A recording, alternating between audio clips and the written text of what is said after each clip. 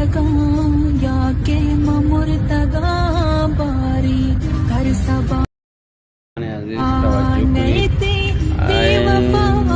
چندین سالی که من در یوتیوب هستم ولی خب فعالیتی که به عنوان این که یوتیوبر بشم نداشتم، ولی خب از یک سال قبل که بیکار شدم و در اسنپ کار میکردم ناگهان به یکی از این آموزش های یوتیوب برخورد کردم که من درآمد دلاری دارم و من باورم نشد.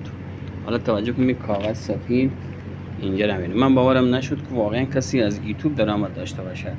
خب با این حال تا یه سال همینجوری عشقی ویدیو میذاشتم از هر چیزی این ور اون ور، خلاصه عشقی مثل اینستاگرام، تا اینکه واقعا بهم ثابت شد که بعضی از دوستام دلاری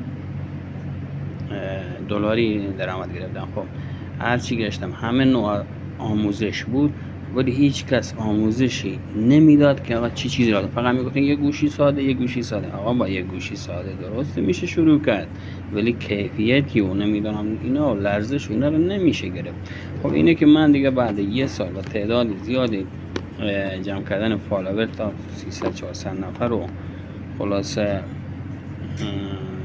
آموزش های، یعنی دیگه طوری که دید 2 ماه من فقط کارم بود، فقط مثل یعنی تلویزیون چطور سریال میبینیم فقط یوتیوب میدیدم و به این نتیجه رسیدم که نه، فقط با یه گوشی درست شروع میشه، ولی خب باید دیواشواش قبل از درآمدم یه چیزای داشته باشیم مثل این سپایه و اینا. حالا من اینا رو نصب میکنم. من فعلا 2 تا سپایه و یه سپایه با یه چی گرفتم. خب با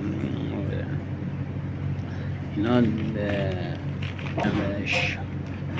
هولدر و اینا گرفتم، انون میکروفون و اینا خیلی چیزا دیگه انون موندم باید بگیری.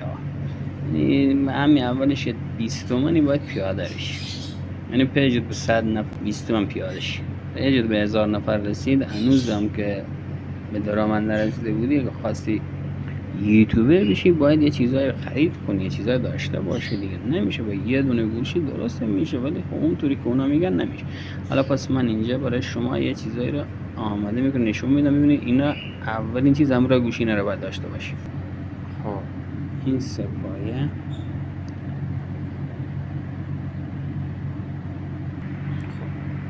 این سپایه با این گیره میشه رو میزی. حالا من گیره بزرگ میزنم روش.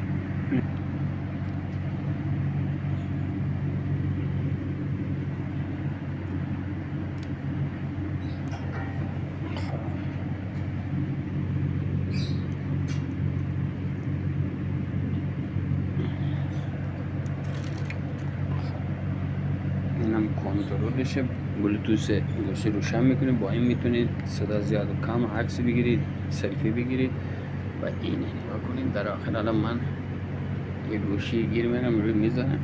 اینا ضروریه. اینا وقتی یه میکروفون خلاصه هر جوری هم معمولی 300-400 تومانی که سیمی اصلا بی سی ممکن نتونستیم بخرین، اینا لازمه. اینا یعنی بعد از گوشی اینا لوازمات ضروری داره. اینا رو که داشته باشی خودت تنهایی میتونی برای خود ویدیو بگیری. اینا گوشی رو روش میذاری نصب میکنی و ویدیوت هم میگیری.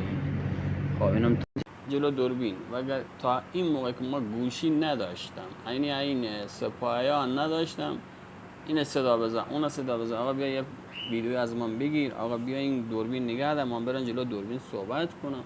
خب نمیخواد. وقتی این سپایه رو داشته باشی محتاج هیچ که نیستی. آقا سپایه رو نصب میکنی، خواستی سلفی بگیری، خواستی بذاری و گوشی خودت بره جلو دوربین بشین صحبت. اگر نباید گوشی رو با دست بگیری، لرزش فلانه، با من با دست گرفتم لرزشه، ولی خب رو اون نصبش میکنی دیگه لرزشی نداره. پس این سپایه با این که سلفی میگه این ضروره. یعنی همراه گوشی اینو نداشته باشی ویدیو لرزشی و خراب بکار میاد. پس این ضرورترین چیز این سپایه است. این سپایه یه میکروفون، یه همین اولش با همراه گوشی داشته باشه. اینا همشون 1 تومن بیشتر نمیشه. از پیج سفارش دادم این اداره پست آوردن نگفتم همه این چی نشون نمیدم. خب این اداره پست این برگرد داره پست این نصف صبح رسیده، نصفش هم یه هفته جلوتر رسید. خب گرفتین چی شد؟ پس گوشی سپایه با این هولدر سلفی میگیرن و یه میکروفون.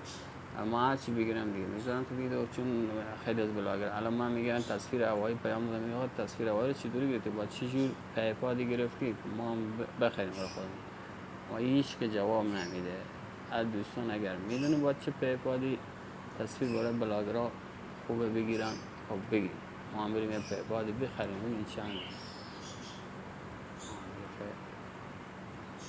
تصویر هوایی رو ما نمیتونیم بگیریم چون نمیدونیم باز چه استفاده کنیم. اونایی که ما میخوایم بخریم خب یه سری حرفایی هست که نمیشه باز گفت، ولی حرف پادش هم نمیشه خرید، ولی یه چیزی بخری که دیگه تو روشن کردی پروازش داری.